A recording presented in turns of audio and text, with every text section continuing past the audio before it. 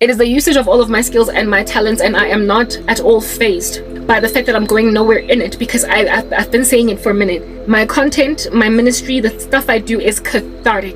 Go and ask any artist how they feel when they sing, even when they make no money from it. It just comes from them. It just flows from within their veins. It's like breathing itself. Without it, they cannot live.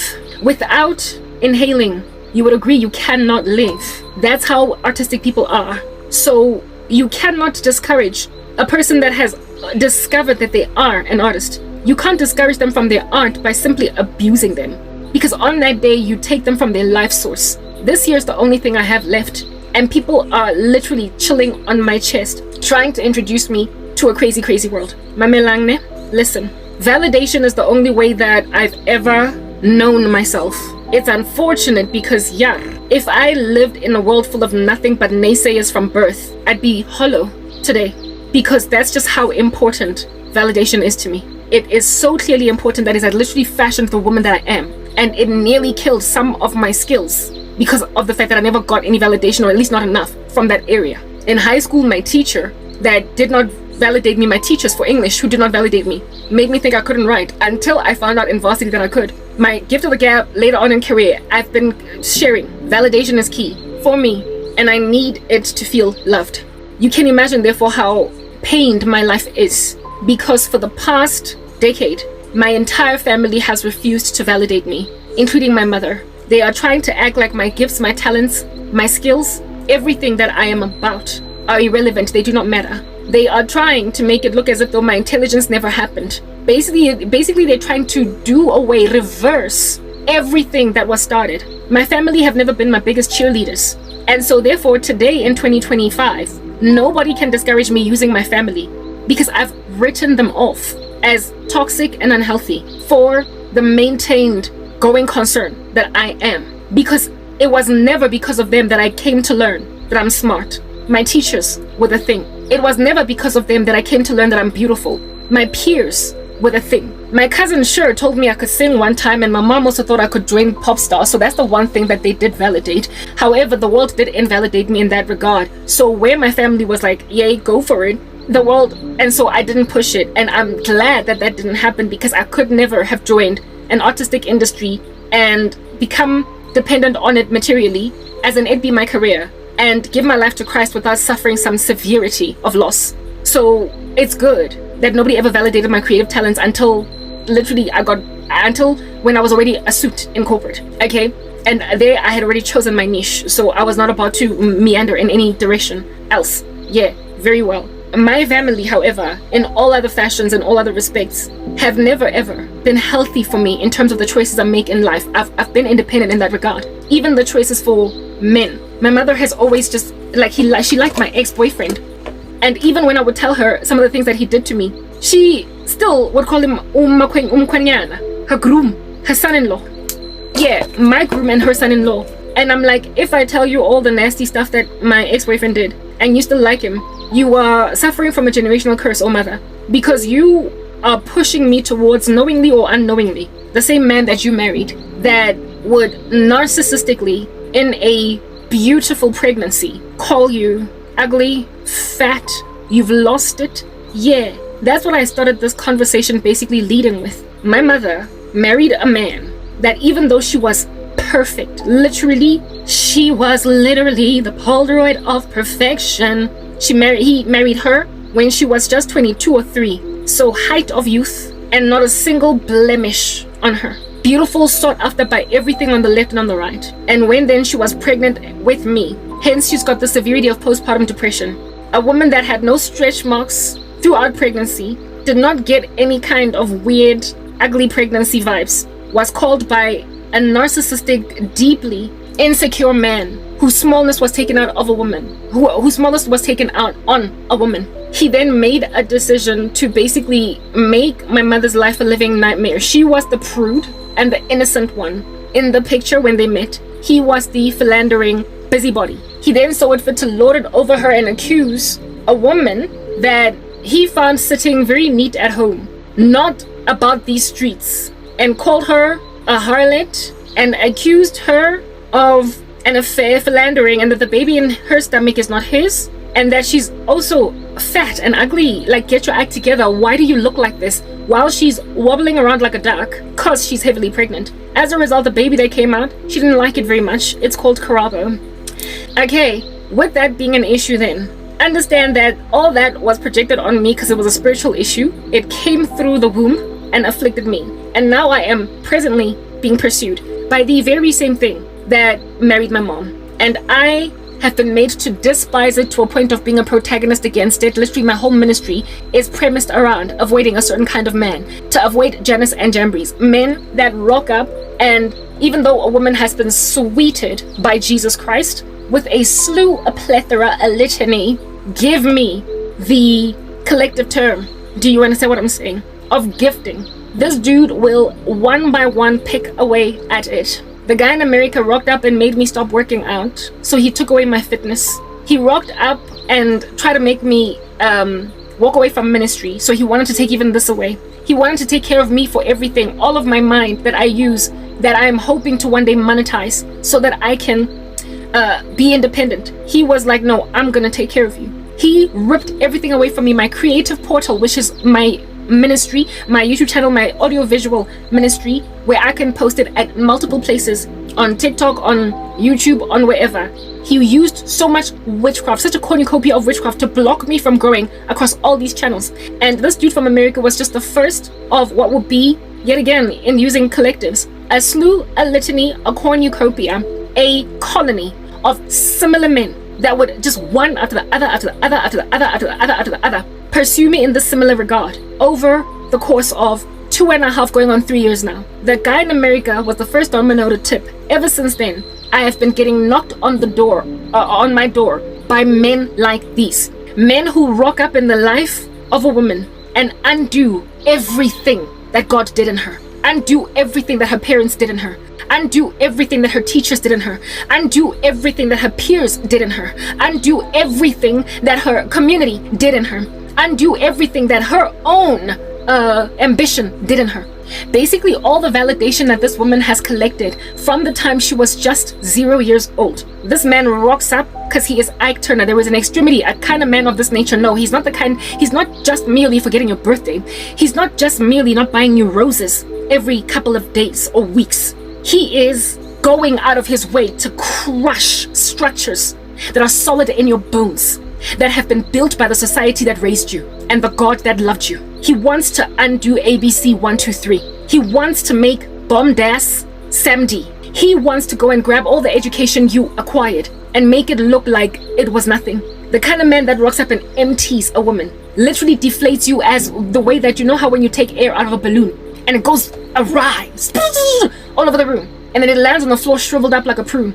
Yeah, he wants to leave you shriveled up like a prune like that, because he wants to suddenly unleash the air out of you, and what shape you used to have will never be recovered, because after all, at some point you were blown up, and now that you've shrunk down, he will harass, mock, and despise the prune version of you, the version of you that is depleted, diminished, the version of you that is half of who you used to be, a quarter, an eighth of who you used to be. And he will mock you for things that are out of your control. Things like, you are pregnant, so you're going to gain a little bit of weight. And so he's going to harass you for being fat when you're pregnant. Harass you for getting dichubaba or being blemished, or certain parts of your face getting darkened because of the pigmentation thanks to hormones that come as a result of the pregnancy. Say of your stomach, because you've got stretch marks that, goodness, those look ugly. You look like a zebra, or is it a leopard or a cheetah, the one that has stripes? He will say, yes, like, look at your fat. When are you ever going to start taking care of yourself? Look at your feet, they're so fat.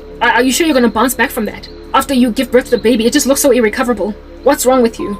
And then go on right ahead after you've given birth to that same baby and dote over it, making you therefore covet or envy or be jealous over your own baby, because the affection that you wanted from him, he's now pouring out on a baby that he mocked you throughout the whole season of carrying. My dad even went so far as to deny that I was his, until I came out looking like him. I started out speaking about colorism in the black community. My mom is a bright yellow bone, bright as the sun. She's yellower even than this little gold thing. That's my mom. There's no two ways about it. There's no left and right. Yeah, that's my mother. My dad, on the other hand, I have a late brother who passed away, unfortunately. He was so dark. Like, my brother was like almost like this. Remember I told you guys about Nikki Thought? My brother was likely even darker than Nikki. He was extremely dark. However, my brother's mom, he was my half brother from a second marriage that my dad entered into, my dad preferred them like that. Yellow, yellow, yellow. My late brother's biological mom is yellow like this, just like my mom. So my dad liked himself yellow bone girls. So he married yet another yellow bone after my mom. It's just that this time around she was slightly shorter. Not slightly, she was just short. Whereas my mom is tall. Yeah, very well. He had a type. Yeah. However, in and of himself, literally my dad and his wives looked just like this container for my random things that I keep.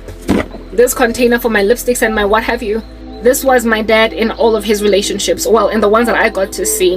This was my dad and these were his wives. And in the exact same proportions. He made himself huge, made them small. They were the glow of his life and the lid over him. And yet he had no regard for them because he overwhelmed them with all of his darkness. He was super dark in complexion and he was darker than his own. His heart was darker than his skin tone. And his wives were like that. And over time, that's what became of these women. Both my mom and my brother's mom ended up like that. The glory of these women on the outside, you can still see it. But they are blackened as day because they married this nonsense. He overtook them until this portion of them was gone. This here is speaking of actual true complexion, as in literally you are yellow bone or you are dark in complexion. But the darkness of my dad also represented inhliziyo, and abafaz bakhona were good girls, and they became so rotten because of my dad. At my brother's funeral, my would-be stepmom, former stepmom, was so mean to me and my older sister that we couldn't even see this up properly. It's almost as though she was blaming us for killing her son. Her son died from gang violence because he was involved in random stuff, because my dad was just that rubbish father that could not father properly children at all. His daughters were self-motivated, but not so much his son. So his son went awry in some funny shape, and one day he got shot at a party and killed. The mother treated us like it's our fault that he's dead. No, it was my dad's fault that my brother died. It was a cornucopia of things. I have explained that story in the past before. But the bitterness that that woman had over even our support because our brother had passed away was just oozing. If I had never even married this man, I would not know this kind of bereavement. Because frankly, my other son, because she had another son that she came into the marriage with, is not as awry as this kid. And the only reason that my other son is not as awry as this kid is because he has taken after his dad. And so, of course, he got himself killed. His older brother, my stepbrother, well, former stepbrother, is still alive and is quite well-mannered today. He's well-tempered. He's temperate. Evidencing that it was my dad that was the issue in that boy. And now today he's dead. And the mother took it out on us. Her heart got blackened. Her heart got blackened. She might as well have goshed us at that funeral the way she was so cold to me and my older sister. And it's almost as if though she was even blaming us for not being there in the life of our younger brother. But my dad was the reason why we did not know each other. The responsibility to keep kids seeing each other when they're still growing up is the parents. You cannot blame absent siblings on how another sibling turns out, but you can't blame absent parents. That's what these kind of crazy men do. They diminish women. They destroy their purpose. They destroy their core, everything that they do, until they become blackened and unrecognizable. That now today is looking at my 40 years of age. That's the title of my message today. And it's like it's only a matter of time before we flip this page over. Flip this page over. And she's 50. I'm willing to wait until she's 50 because I'm going to get everything I want. Because they're determined to destroy women that much. They are so narcissistic and they are so determined to eliminate all the girth that God can put in a woman, that they're prepared to let a woman who is perfectly thriving, perfectly viable, perfectly intelligent, perfectly sober, perfectly, alert, awake, able to partake in society, perfectly gifted, talented, like just a slew of stuff that she's got going down for herself. They're prepared to let her sit in a cave for 20 years. So far, it's been a decade for me. But these men are prepared to push this goalpost out to 20 years just to get to say, I did it. They are prepared to waste, squander, and completely eliminate, diminish everything that everyone started in a woman. Oh, little Loretta, you're so pretty. And now she knows she's beautiful. He will tell her What is that on your face? You look ugly. Oh, my bad, it's a pimple. Oh, little Loretta, you're so smart. You're dumb. I told you guys yesterday about some white man that I dreamt about. Out here, giving me a job and then firing me. And then when I'm like, but I'm smart, I can do really well in this job, he then flat out in my face looked me at me and said, no, you're not smart. Get over yourself. So here's little Loretta growing up being told, you're so intelligent, you're doing well. And then she kills it, thrives, soars like a bird, performs in school because she got validated. And then this guy rocks up and calls a woman that passed university with a magna cum laude that she's dumb. And she runs with it. After all, it's her husband. She's got a soul tie with him. Oh, little Loretta, your voice is like that of an angel. And this dude will then tell her, Anna, don't change your day job. Goodness, you sound like a bus when she's singing in the shower. You're annoying me. Stop talking. Men like those are not just any regular rando that's going to forget your birthday. Smite that bugger. Spank that dude. Scourge him. Rebuke him. And discipline him. Because why are you forgetting a woman's birthday? But he is not the kind of abuser that people ought out here be sending out alerts, alarm flags, red bells to let a woman know, don't get in this because you will get out of it diminished. When I let a certain kind of beast in a man that exists out there, and like I said, it's not merely forgetting birthdays and it's not merely not buying flowers on time. It is a deliberate attempt to destroy a woman. They are called misogynistic, they are chauvinistic, and they harbor horrible sentiment, and they will withhold from a woman validation, love, and affirmation, like they are withholding sweets from a child to eradicate cavities. They feel like you need that kind of dentist. They feel like you need to be put in your place. They will literally come in the life of a beautiful woman and insist that she come down from her high horse, to not believe in her glory as much anymore, because it is apparently their prerogative to humble her, to subdue her to what she ought rather see herself as. They see themselves as the corrector of her pomp.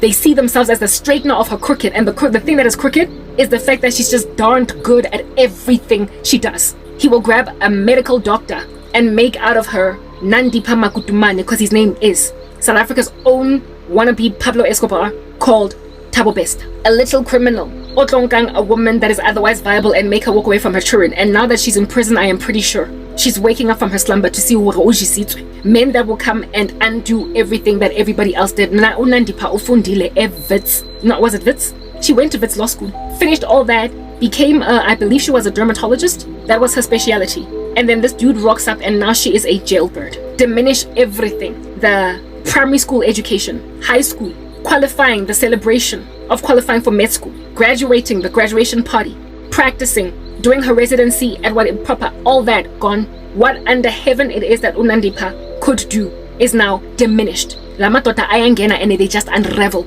There is a certain kind of man that comes into your life and will literally unlove you, even though your daddy loved you. You know how it's claimed that women who become prostitutes got daddy issues? There are women who were perfectly loved by their daddy. 2 present parents in the household. Perfect childhood. No hair out of place. Until they meet some dude that's gonna make them look like Ubababo was raping them, molesting them, or absent. I am warning you to avoid such men, but not only am I warning you to avoid such men, I am in and of myself extremely averse to this creepy infiltration that is literally trying to turn me 50 when I'm just 40. That's my message. Obsessed with my 50th birthday while I'm still 40. They are going to push out this goalpost to my 50th birthday. And so therefore get over myself. You know how I started out in this message speaking about how I'm pretty? Yeah, I'm pretty. Even my boss gave me an award for being pretty. That's how pretty I am. I've been getting I'm pretty since I was in high school. I've been getting told I'm pretty since I was in high school. Nobody's gonna rock up in my life and undo years of work to a point, like I said, of being awarded for it. That's gonna make me feel I'm pretty too.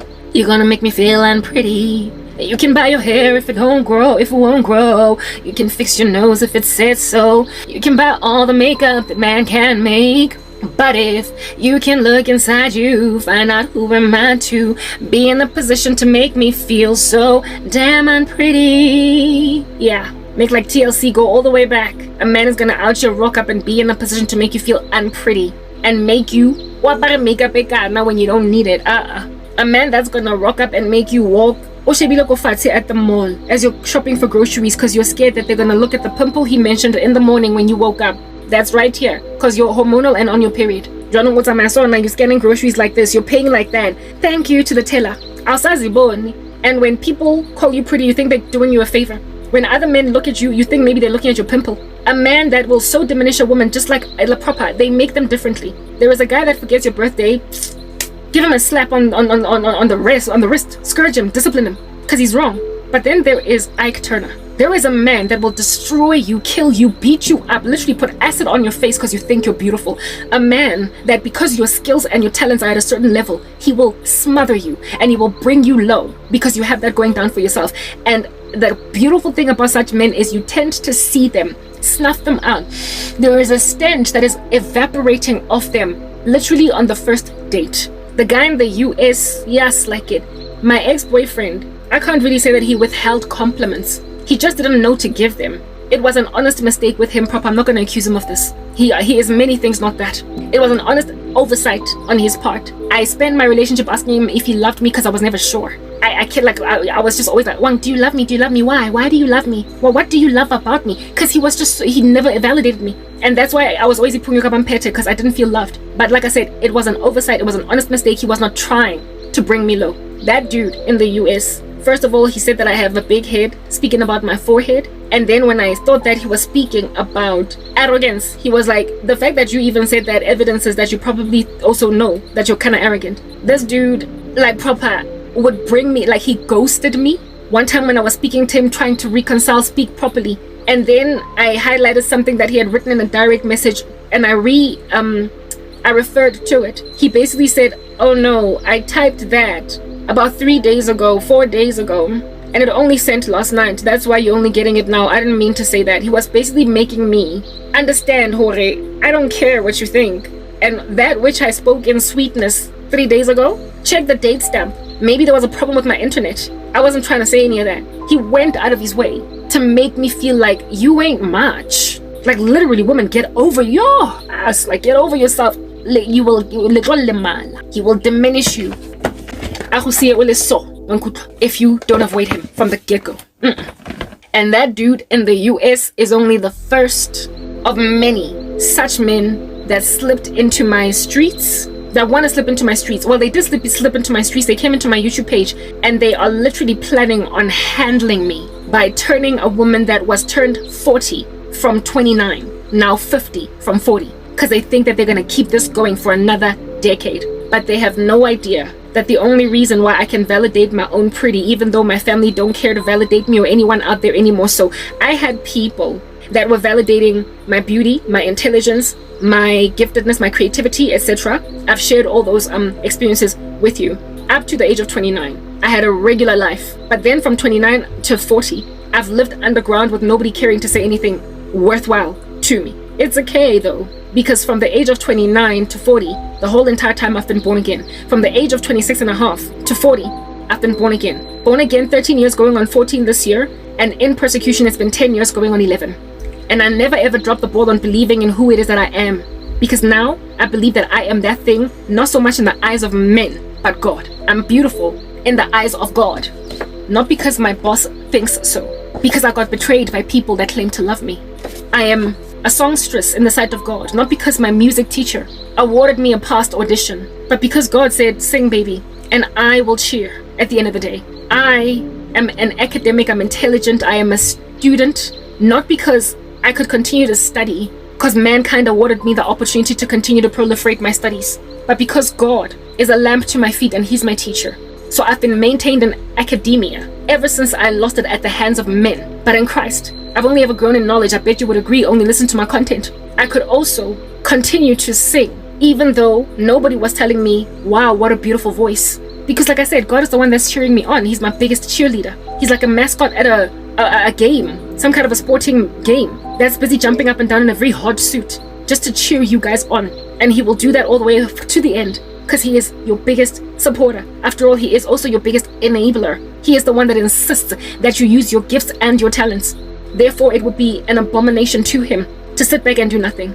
And you see, God is the creator of human beings. God is the creator of all things. He is the creator of the human race. Therefore, if God be for you, who can be against you? And if God supports you, it doesn't matter if no one else does. For He is the original. He is the Alpha, the Omega, the beginning and the end. If God believes you can sing, He doesn't believe that because He's just an overzealous mother that lets a child or bimbang go to audition for pop stars or for South Africa's Got Talent. No, he is the one who gives the pipes. The Lord is the one that gives you the gift of the gab, the gift to write, the gift to create, to paint. And so when he says you're good at it, understand you are good at it.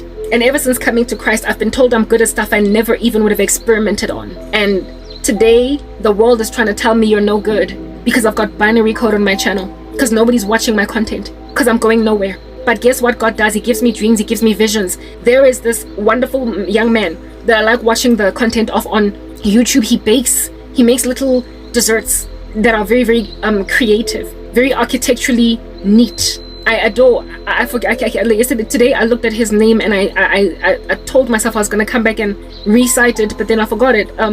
Argyle something, a really talented young man from the US that studied, however, I believe in Romania, right?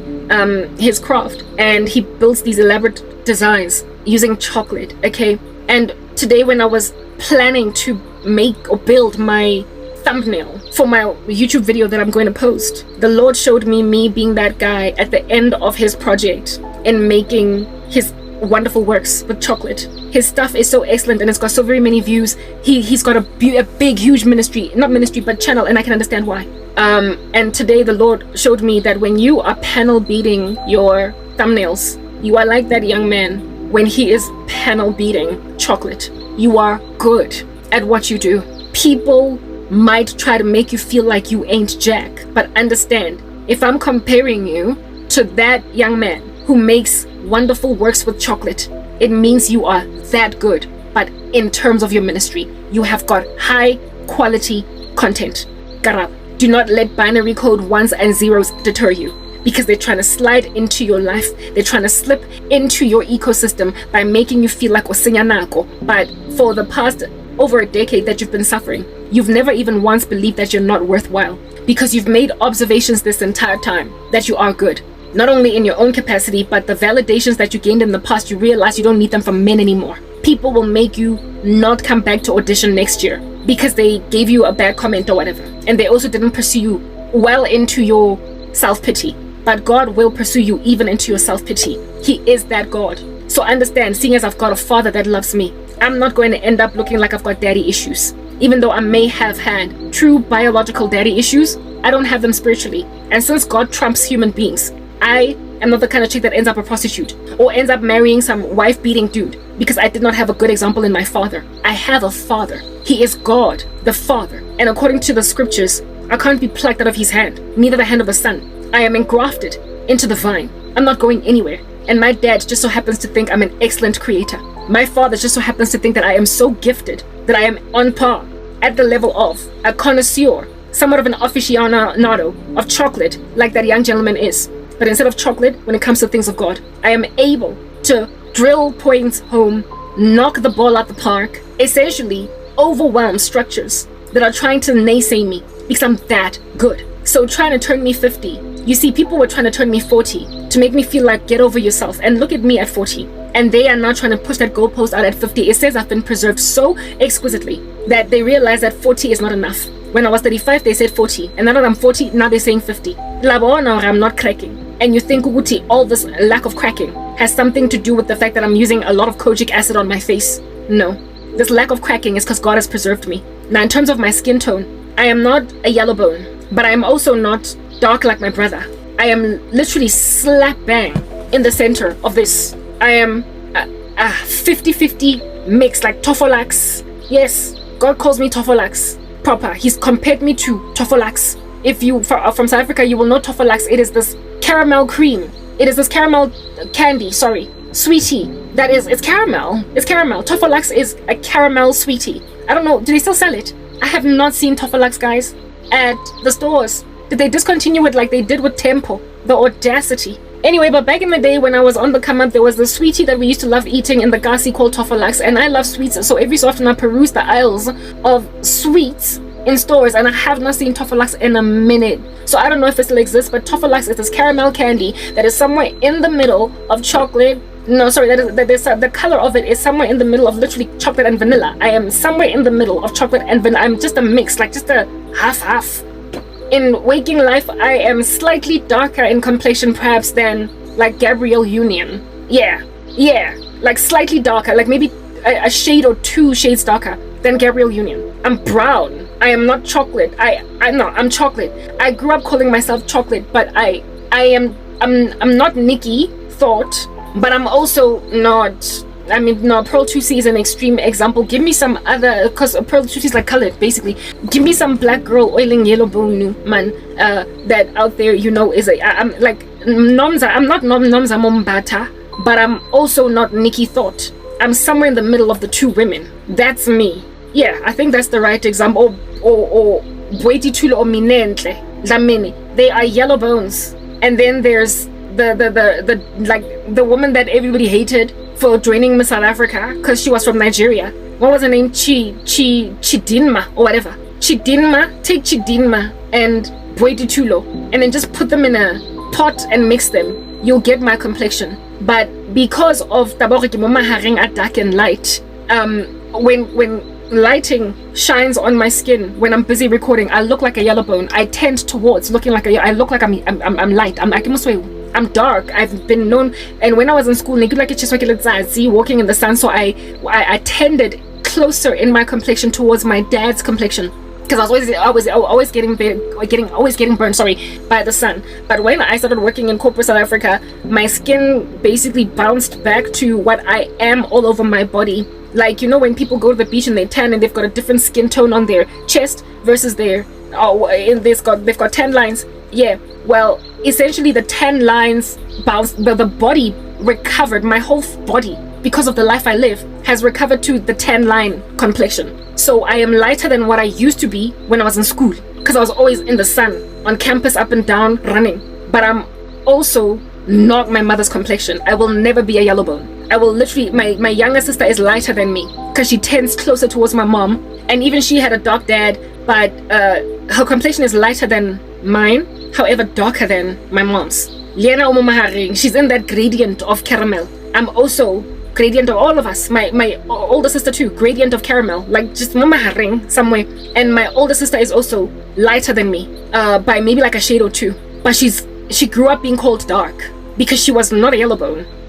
There is a category of black woman, man, or black man, black person that's neither light nor dark, and that's how I am. I'm Getofolax, I'm in the middle somewhere. Okay, that's my skin tone, but it was nonetheless sufficient, this skin tone of mine, to deter my ex-boyfriend from marrying me and to cause people to say you're pretty for a dark-skinned girl, like random rubbish like that. It was enough to get a dude at MTN saying of me umontle jwang, marao type yaka. And it never ever fazed me. I didn't care because I had enough validation everywhere else to realize that little jerks all over the room really ought not be given a platform to speak. And if they do get one, unfortunately, because some irresponsible person gave it to them, do not listen to them. They're happy for the day because they were given a mic, but seeing as they're jerks, don't listen. I was mature enough to eradicate snide remarks about my dark skin from guys who were so colorist that they wanted a woman that's basically a white lady. I was able to just bounce back from their crazy, just in the same way I bounced back from my ex who kept on saying black and yellow, black and yellow, black and yellow to him and I. He was like my baby sister, not quite yellow bone, but also not dark, but lighter than me. And then he looked at my darker shade of skin and was like, but I want a woman almost sweu or bright. You, on the other hand, keep busy guy now it's alang. That he doesn't want to be in love with. It's a good thing that relationship was good riddance. I'm glad my ex dragged his feet based on my skin tone, because now I'm leaving the black community like proper. It's because of stuff like this, and it's because people are out here trying to turn me 50. I'm already 40, and I had a dream of some man literally priding himself in not only turning me 50, but the Lord showing me how my relationship with him would be. It's not the guy from America. It is some other idiot, a black man, that the Lord showed me. Haka hobona in real life. Because he thinks you're yellow. He thinks almost because of your videos. He thinks you are a yellow bone. If you were to see your true complexion, he would perpetually ravage you with the same commentary of that silly idiot at MTN that while we were having a discussion over lunch, stopped everybody's conversation to tell me Gimontle, but I'm not his type. He would say of me, you look different from your videos. You're still pretty, but you're not as light as I thought you were. I'm sorry My beauty, you idiot, is clearly not dependent upon my skin tone, because according to my former boss, she's creative and can make a meeting request sound lyrical. She has looks to rival the talented songstress, and has stepped back and stepped up to pursue her career and education. Yeah, my former boss, who was a yellow bone in and of herself, happened to think I was so beautiful that I was worthy of being awarded for it at an end of the year awards ceremony in a corporate. No, not Miss MTN, not Miss South Africa, where indeed it is necessary to reward somebody for being beautiful, but it was a corporate job and I was awarded for being beautiful. That's how pretty I am, with or without YouTube making me look like a yellow bone, okay? I once had a boss give me an appraisal, an Indian man, another boss next to this one. And in my appraisal, he was like, you're doing well here. Here, however, I have issues with you. You're like a volcano on the one end. On the other end, you're like a still quiet lake. You're too ambivalent. You need to stabilize yourself. But you have a lot going for yourself. You've got a beautiful face and a beautiful physique. He properly said that. In my appraisal, I was like, what does that have to do with my KPIs? What does that have to do with my health checks, my audit checks? What does that have to do with umsebenzi wami? He decided to just throw that in there in my appraisal. Uguti, I've got a beautiful face and a beautiful physique. Literally in an appraisal. Essentially, I've got what they call pretty privilege. So that beautiful face and beautiful physique literally was material in my appraisal score, to a point of it being mentioned. So let me just put this out there. Dark dindi or a caramel dindi, I'm something there in the middle. And YouTube does make me look lighter. So if a person were to see me on the street, they'd be like, she's slightly darker in shade and complexion than what she looks like in her videos. But understand, nobody would ever say, hey, umobe. Because like I said, I even got appraised once upon a time based on my beauty. No, not at a pageant, but in a regular 9-to-5 dull paper pushing job. That's who I am. So I'm not going to throw myself in a situation where a guy is going to take it upon himself within his prerogative to essentially still the waters of everybody's ravings about me. A man that is going to go and grab a beauty queen and tell her everybody has told you you're beautiful. I don't need to do that. I'm sorry. You're my husband, right? It's your job. And if you don't do that, then I guess you're not my husband. There's no man that's going to rock up here and put me in my place. If I can get bosses that out here literally be giving me awards for being pretty, and another one that out here is ramping up my appraisal score because I'm pretty, I'm not about to go and marry a man that's not going to see that value in me. I'm sorry. I gain validation from words of affirmation, and I also feel hated from a lack thereof. So I give a chance to anybody that not only wants to move me over to the age of 50 so I can finally crack a fine line and a wrinkle, but also an individual that out here is going to be disquieted or displeased or phased in some way, manner, form, or fashion by compared to YouTube. Abutitswa mo monna ke tampile moshimane once o na ntse le busy ang shapa ka le goma mo sofeng ko Yesu a ntwetsa black and yellow because ona khazwa a makatswa ke botle ba ka mara bo patilweng morao ha wa letlalonyana la go ba lentsho ona borwa ke the fact that I was darker than him mina ngaphuma kuye because boy hayi bani wena o tlo shaba leleme la hawo down my throat because you thought I was so pretty. Why mo life ngo feelang ka re jwanong ke bothata that needs to be mentioned perpetually. I'm darker than you. Colorism is a whole thing in the black community, and I don't have time for it. Because I'm beautiful, and I literally do not believe anything different. Nobody's gonna give me body dysmorphic disorder. I've already suffered for years. No man is gonna rock up here and tell me get over yourself. Just like it, you get over yourself. Basadi, watch out for dinjangana zena. Botleba mosadi fades. So asenze nona le bona boje jaka bo chaba how. Enjoy it. Enjoy the praises. Enjoy your pretty privilege while you still have it. When you marry a man that's actually going to decimate you for being pretty, Hashem, you've put yourself in hellfire.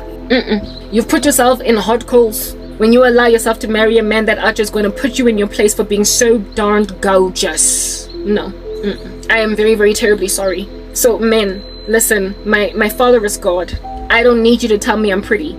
But understand, if you don't tell me I'm pretty, you're not my husband. If it doesn't just ooze off you, if it doesn't just come off you, if it doesn't just melt off you, if it doesn't just come out of you like sweat when you're running a marathon, you're not my husband. If you have to make yourself do it, if you have to get yourself out of yourself because you're trying to impress Karabo, if it does not naturally come to you, like that dude that I was just staring into the sunset, and he was like, my God, you're beautiful. If it doesn't come out of you just like that, you're not my husband. You're never going to spur up in me those butterflies in my stomach that make me be like, okay, I'll go on a date with you. There is only one way in which I feel loved: validation.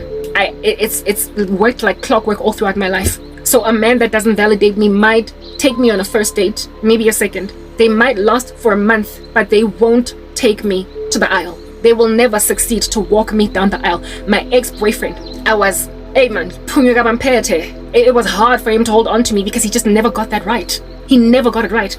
My exes before him, who were always dropping the ball, had one up on him. They were able to wrap me around their fingers because they were so full of validation, whereas he wasn't. And those guys were worse men than him. Horrible character in comparison to him. And yet I could not stabilize myself with this man because he just did not validate me. Therefore, I will perpetually be an atom that is vibrating on the spot with a severity of disquiet. With a man, so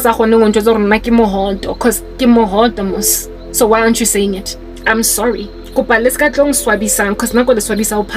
going to do it better. I am going to swabisa you like guys, cause mina I can dis.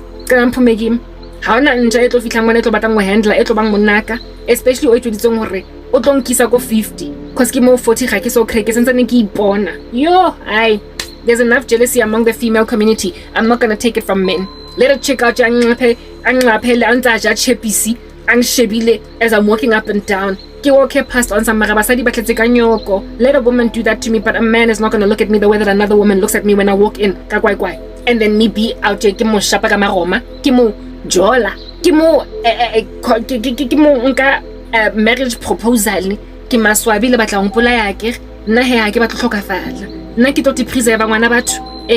Nna ke batla ho ya mahodimong. Ha ke batla ho bolaya monna. Ha la nkutlwa. A ke batla go ba bitter, a ke batla go ba hell half no fury like a woman scorned. Ke ipatla morena Jesu nna fela wa ka. Re be sofa slatlane le teng ha go latlana ha rofa because rona ba bang re a mahodimong ho ya huile. Modimo wa teng o tlong fa monna o nka rengwetsa sense mo strateng mona na o tlana ngore ke se babola o tlong bona nga mpinele mmalowe o motle wa dikotima ga mama rameng mmalowe. Modimo o ngva monna wa baethe o tlong pinela dipina a ntwetse hore nna o itse keng ke se babola se seng sa haisale o mara o tlo batlang ho mpea plekeng yaka ha re tlo kopana ke re le fo date ete o lahleha a sa thole go navigate ka GPS ya gagwe di direction cause na ha go mo fa tsona a gona le go deserting a lo tlhokafala from dehydration cause na ha go mo fa ke le bottle la metsi gore a lenwe ha tso driver kwa ga kana no go tlhokopala le nna go mo lahla go mo jikisa go mo shapisa di U10 le di calda se go kopana le tsona ha fetsa mo bona go ke mo file the wrong direction mara o drive ile because ona le very ambitious a itse gore yana ka idukisa a itlheke a itlhotlhore a fihle mo jarateng a etsa ntho tse right mara because ke mo bone for ntho tsa nang le tsona be ke mo lahla kwa ko skontiring ke mo lahle kwa ko deserting a lo twista mo winding a lo spina a gutlele gae a feditse petrol ya ka ofela a tshwere ke tlala ana le hungry look a lo ja papa isileng malobanyana mo le boravors ana phehile maloba mo for dinner because azanga khona ho lo spenda ditao tsa hae ho njesa nna pizza gore ke lo nona because o filang ka re di fige aka ya mobora la tlhaloganya now that you understand hore a konyala monna o jwang kopaletsweng ko nna banna ba jwalo lo itukisang di character lo ikopantshang le modimo lo morata ore le tswe mo ministry yaka because right now ke filang ka re latine ha leng mamela ke o tlellang ne di ntwanyana tse mametseng tse jana ke tsholo ka re jaka fish muni wa go them ha le sa gone ho kwenya ministry ya ka ha e bane ha le nwa ministry ya ka le filanga ka le nwa hansa ore autumn harvest ore lion ore hainikene ore four cousins ha e bane la tlawa bo abuti le bosi ke tsholo ka re tsa mo ke tsetsang jaka fish muni lo tsa lepele le lontsha matlho a lona le tsa di butsu tsa lona di gambutsu le di kwaikwai le bele le walk le tsamae ko to tswang mo ministry ya ka bathong ba next cause ke mo haleng gone a ke re ha le nwa Karabo di filang ka re nna ke Yvonne chaka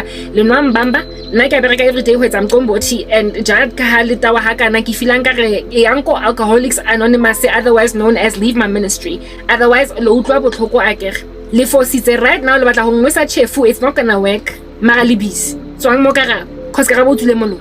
I'm signing out in Christ's name, Cran K. Bye bye.